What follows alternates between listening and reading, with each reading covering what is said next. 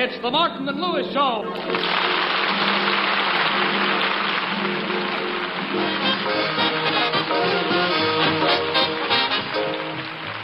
The National Broadcasting Company brings you, transcribed from Chicago, The Martin and Lewis Show, featuring Sheldon Leonard, Flo McMichael, Dick Stabile and his orchestra, and starring Dean Martin and Jerry Lewis.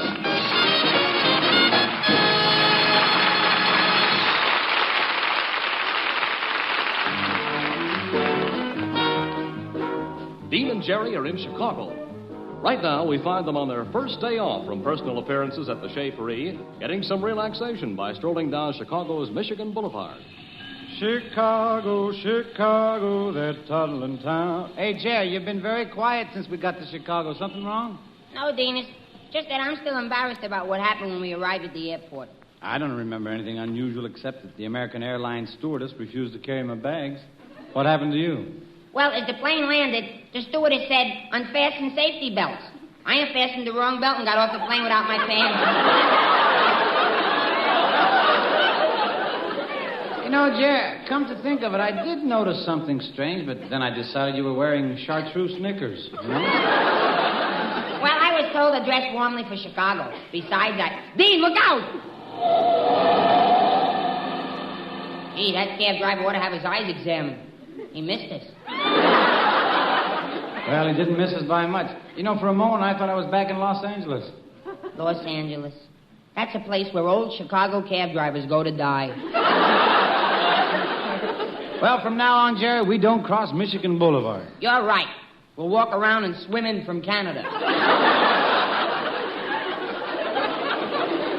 You know, Jerry, it's good to have a day off from the club so we can walk around and see Chicago. You know, it's a very historical town, Jerry. Remember the story about Mrs. O'Leary's cow? No. Oh, sure you do. The cow that started the fire. And you know what happened. The cow burned the candles at both ends? No, Jerry, it started the Great Chicago Fire. Really? Well, people shouldn't let a cow smoke in bed.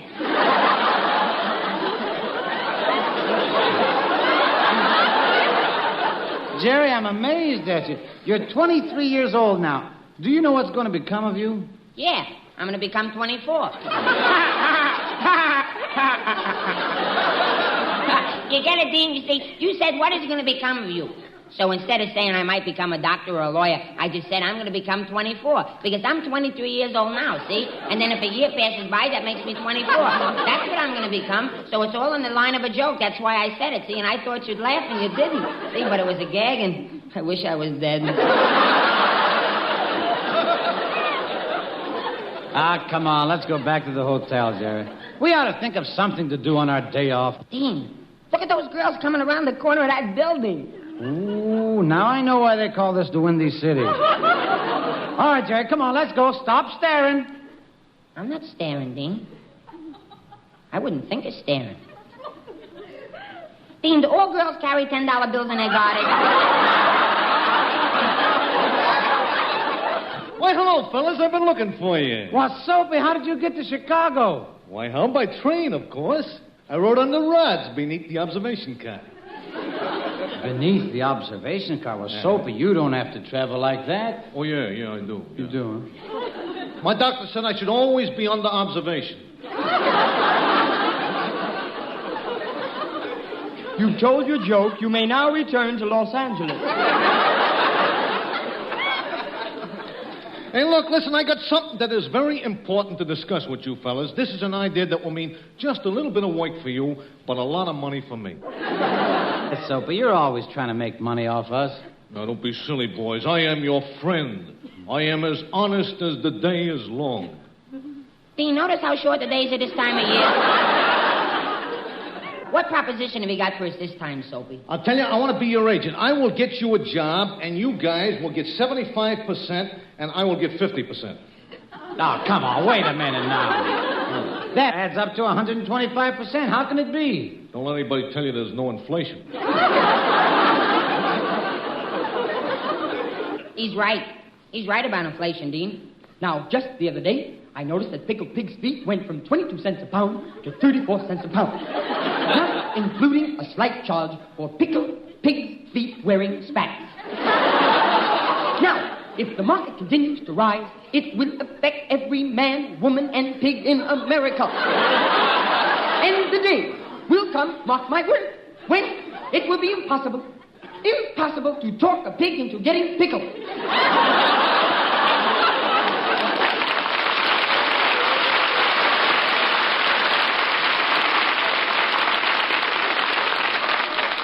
You know, Jer, there's something in what you say, but I haven't got time to find it.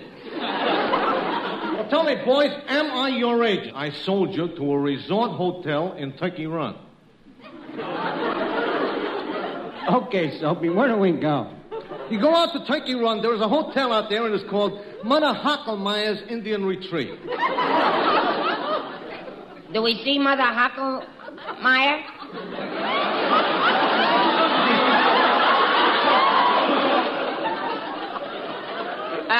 Do we see Mother Hockelmeyer? Well, no, you don't. Mother Hockelmeyer is really Joe Schlump. Now, there's one little thing that I better tell you. You see, they don't know that you are entertainers. I got you a maintenance job. What you're supposed to do, you go around killing bugs. Killing bugs? Uh-huh. What kind of a job is that? I'm afraid of bugs. Even a little mosquito frightens me. Why does a mosquito frighten you? Well, you see, I haven't been too well.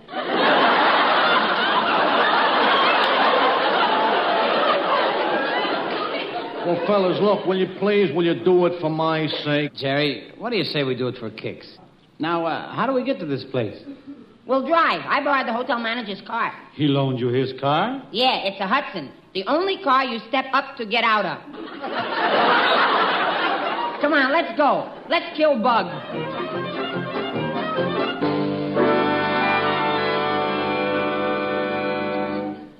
Oh, Sam, did the maintenance men Soapy Leonard recommended arrive? No, Mr. Schlump, but here comes a couple of fellows up the walk. No. They look more like some of those college boys looking for jobs as children's counselors. Now, make sure they've had some experience with child care. I'll be in my office. All right, Mr. Schlump. Oh, hello. We came up about the job. Oh, yes. Well, you know it's hard work. Now, just what is your method of handling the little ones when they become unruly? Oh, we just sprayed them good with poison. What did you say? I said spray them with poison. Unless there's just a few of them, then you can just stamp on them with your feet. Man, you're either crazy or there's a misunderstanding here. Now, wait a minute, mister. There must be something wrong. Aren't we supposed to be hired for spraying bugs? Bugs? Oh, for goodness sake, I was talking about children. Well, if you insist, we'll spray them, too. One moment, please. Oh, Mr. Schlump. Yes, what is it? We're Martin and Lois. Soapy Leonard sent us over. Oh, yes, I see now. Well, we'd better put you right to work on the bugs. If it's all the same to you, we'd rather entertain than kill bugs. Entertain? Yeah, we work in nightclubs. Dean sings. Do you sing well? Quite well. Like a bird? Even better, like Crosby.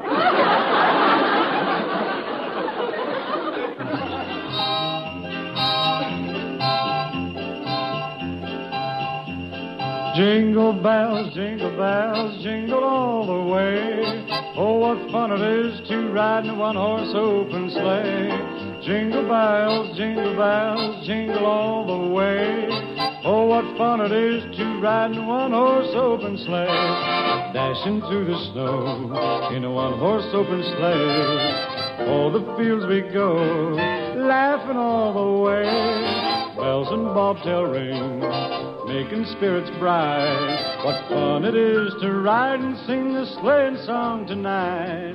Here in Chicago, the snow is snowing snow. The wind that blow up the streets of Chicago.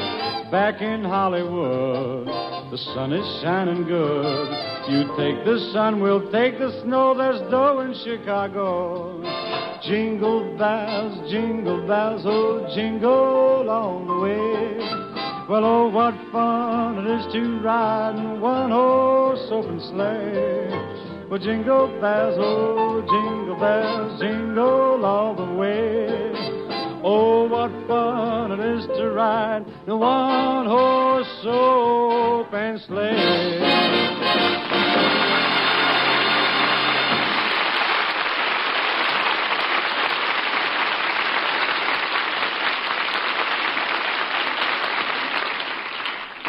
That was pretty good, Martin. I want you to sing that song 3 times a day, breakfast, lunch, and dinner. As I think that you... Mr. Schlump, I demand that you cancel my reservation at your hotel. Now, let's not be hasty, Mrs. Van Loop. When I came here and brought my wealthy friends, you told me my daughter Daisy Esther would meet some important, eligible bachelors. Well, didn't I introduce her to Count von Broheim? Yes, but who ever heard of the Empire of Cicero?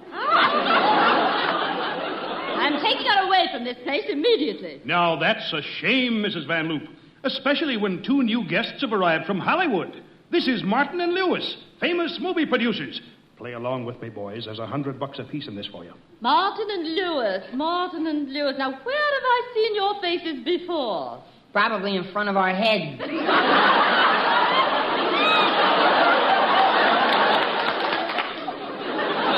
You know, actually, Mrs. Van Loop, we're a little bit of everything. Producers, actors, world travelers. Oh, how exciting. You gentlemen aren't married. Oh, no, we're not. No, we thought it might be better if we each had a girl.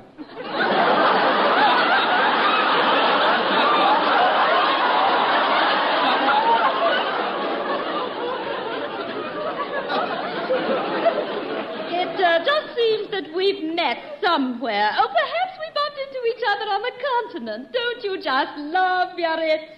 Personally, I like Schlitz. It's fortunate that your daughter is here at the same time as Mr. Martin and Mr. Lewis, Mrs. Van Loop. I know she's interested in the stage and movies. You see, these gentlemen are very well-known producers. Really? Yeah. Really? Jerry, well, yes, Jerry and I produced quite a few good pictures. Oh, yes, you must have seen Everybody Does It. Oh, yes, I have. Did you produce that? No, but we're making another picture just like Everybody Does It. It's about a bashful young man, and it's called I Didn't.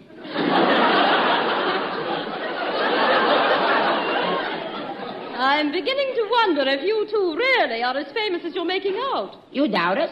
Why, I can pick up that phone right this minute and call any star in Hollywood. Go ahead. I don't believe you. I'll show you. Dean, quick. Get on the extension in the next room. Okay, Jer. Now, where's Mr. Martin going? Oh, well, you see, Dean is a singer, and every day at this time, he has his throat sprayed with DDT. Is DDT good for his voice? No, but pity the poor moth that flies in when Dean's got his mouth open.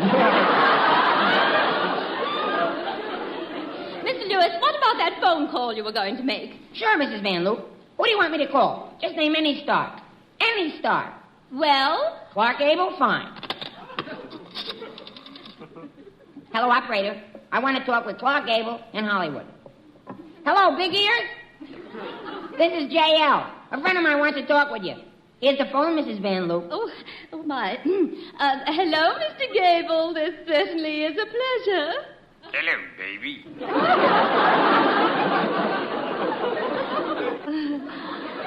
How are things in Hollywood? Hello, baby.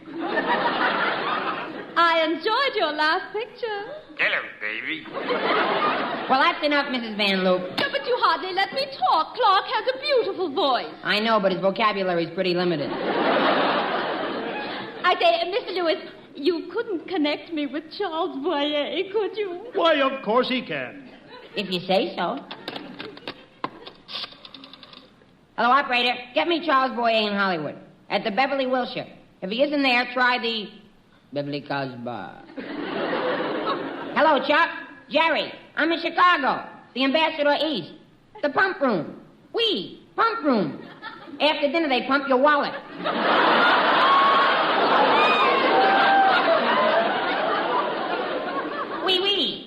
Chuck. A friend of mine wants to talk with you. Okay, Mrs. Van Loop. Oh, hello, Monsieur Boyer. Comment allez-vous? C'est un plaisir à parler avec vous. Depuis quand avez-vous fait du cinéma? Hello, baby.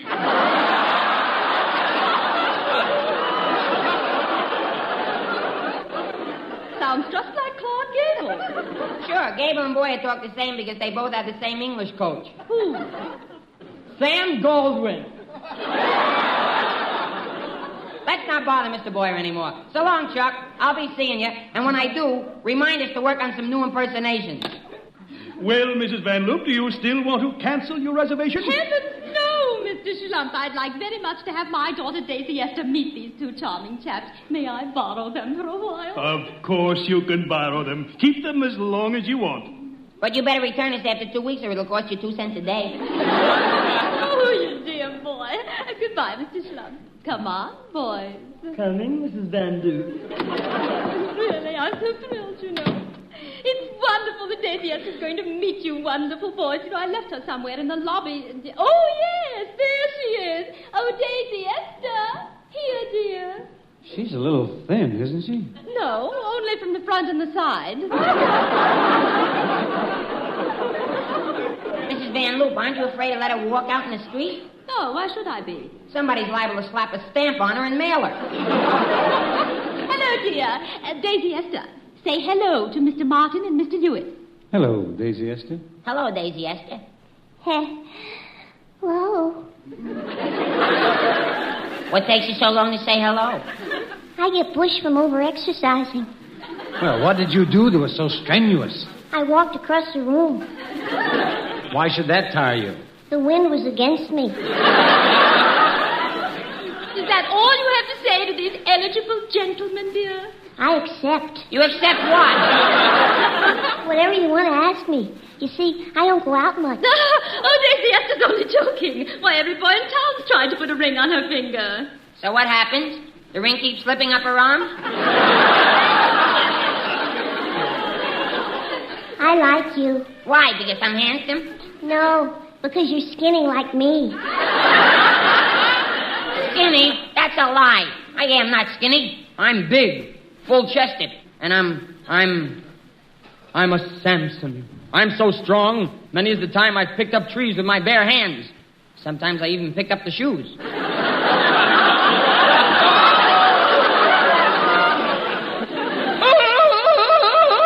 Ah, Jerry, that's enough already. Me Tarzan, you Dean. Me Tarzan, you Dean. Me Dean, me think you nuts. Oh, Daisy, isn't it wonderful? And you'll be happy to learn that he and Mr. Martin are famous producers. Oh, how super. You know, I'm going to be a great actress someday. Is that right, Daisy Esther? Yes. Everybody says I have a lot of fire. Don't look now, but I think you're out of lighter fluid. I'd certainly be willing to spend a lot of money if Daisy Esther could get a good part in a play. How nice. I'd spend even more for a husband. I said I'd spend even more for a husband for my beautiful, talented, glamorous daughter. What do you say? Are you for real? Oh, just a minute, Jerry. Come on. Look, Jerry, be nice to this spook here. Her old lady has a lot of money and might make us rich, you know.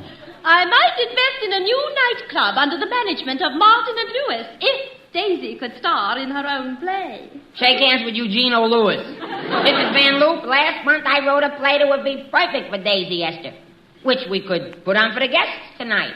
Oh, how peachy kino. What's the name of the play? Oh, it's called, oh, I'm sorry, Daisy Esther, but it's not polite to talk when Dean is singing. Oh, but Mr. Martin isn't singing. Wanna bet? Sing, Dean.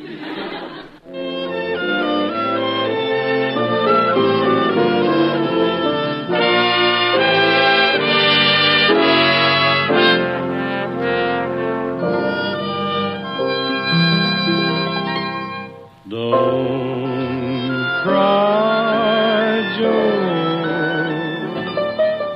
Let her go, let her go, let her go. Don't cry, Joe. Let her go, let her go, let her go. You've got to realize this is the wind-up. You're gonna feel much better once you've made your mind up. Don't cry, Joe. Let her go, let her go, let her go.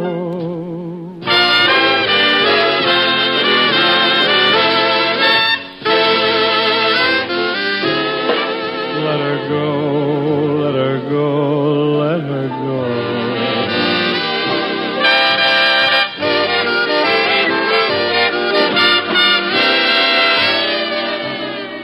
Let her go, let her go, let her go. You've got to realize this is the wind-up. You're gonna feel much better once you've made your mind up. Don't cry, Joe.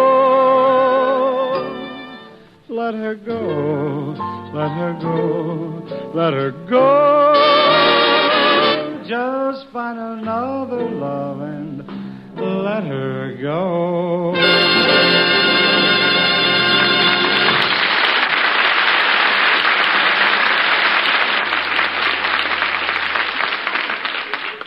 Ladies and gentlemen, tonight we are going to have some unusual entertainment here at Mother Hockelmeyer's Indian Retreat.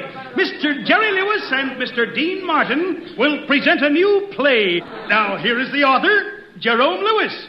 Ladies and gentlemen, this is the story of the eternal triangle of a man and his wife and another man, where the towels are marked his, hers, and he never should have rented the room.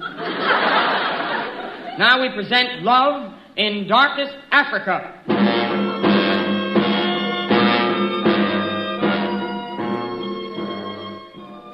Mr. Lewis, what part do I play? Oh, yes, Daisy, you play the part of a woman.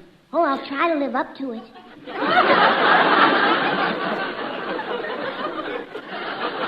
And Dean, you're the other man. We're both in love with this creature. Dean, boy, here's your part. This story is all about diamond mines, and you play the part of one of the drivers. Here's your part. Love in Darkest Africa.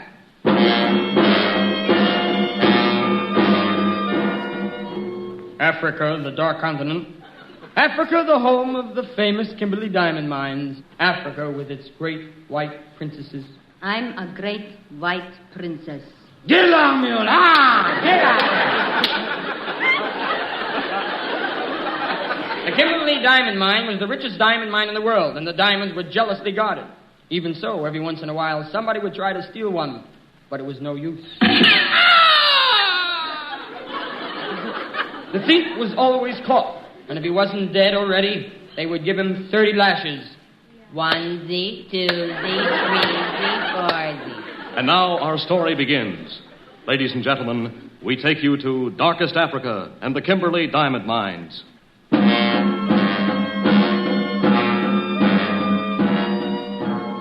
My name is Jim Kimberley. I own diamond mines. I love old, precious diamonds. But there is something I love that's even more precious than diamonds, and older, too. My wife, Nellie. I'm his wife, Nellie. He thinks I'm faithful to him, but I ain't. Yes, sir. My wife, Nellie, is my proudest possession. Bought her at a fire sale down in Cape Town. I ain't in love with Jim Kimberley. I'm in love with Rod Marvin, the foreman. I'm nuts about Rod. Rod loves me madly, violently, passionately. He is what I call a hot rod. Well, I love you, Nellie, and I have a plan to kill your husband and seize control of the diamond mine. But how will you kill my husband? He's so suspicious. If you stabbed him with a knife, he'd suspect that something was up. No, you child, you dear precious child. I'll simply use voodoo on your husband, and he'll waste away to nothing. He'll lose several pounds each day until he weighs nothing. You see if I'm right. A few months later, I came into the house and found my husband writing in his diary. Monday, December 8th. Dear Diary, today I only weigh 2 pounds. My doctor says it's nothing serious. He says I should have more iron. The doctor says that the only thing that will help me is more iron. Tuesday, December 9th. Ate my erector set.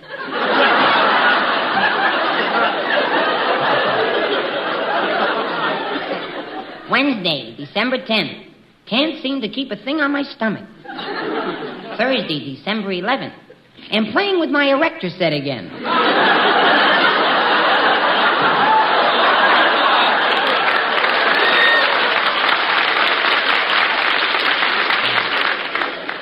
Friday, December 12th. Fish Day. I have to be careful. Last Friday, a fish almost ate me. Hello, Jim, darling. Writing in your diary? Oh, hello, Nellie, dear. Darling, you're working so hard. You must rest. It was only last week when the cannibals captured you and tried to cook you. Yeah. Lucky for me, they were a poor tribe that didn't have a pot. I'll get it. Unga Bunga Linga, Wu-Tang, Rap Gob, Igawak, Ugg, Rublang. Ava Gardner. Who was that? That was Hollywood calling. I just want another elephant. Gosh, my keychain is getting so bulky. Well, I must leave now. There's a little trouble at the mine. What kind of trouble? Some of the diamonds are coming up stamp Woolworth. I'll be right back, dear. Oh, Rod, it's you. Yeah, darling, I've come to whisk you away. We can't wait any longer. Come on out the window. Me first. Now you. Now we're alone at last. Who was that? It's me, Dean. I'm on the wrong page.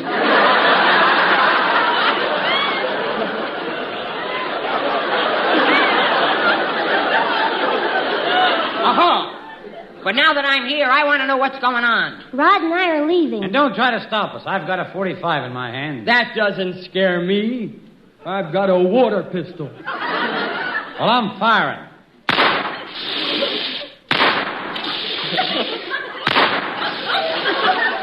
How do you expect to kill me with a water pistol? The water will take the curl out of your hair and you'll die of pericomo.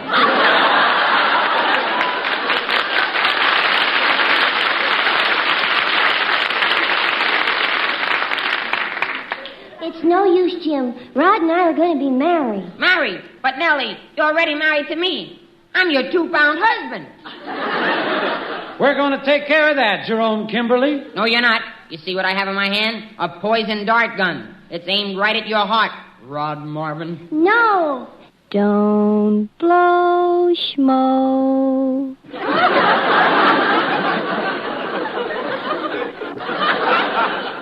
You can't stop me. Here goes.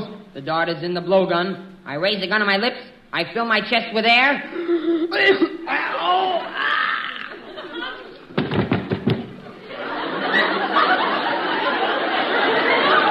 Well, the poor fool, he inhaled the dart. Wait. He's trying to say something. Let's hear his last words. Jim, what are you trying to say? I made a boo-boo. Oh, no. Come on, Jerry. Good night, everybody. See you next week, folks. Bye. Love and kisses.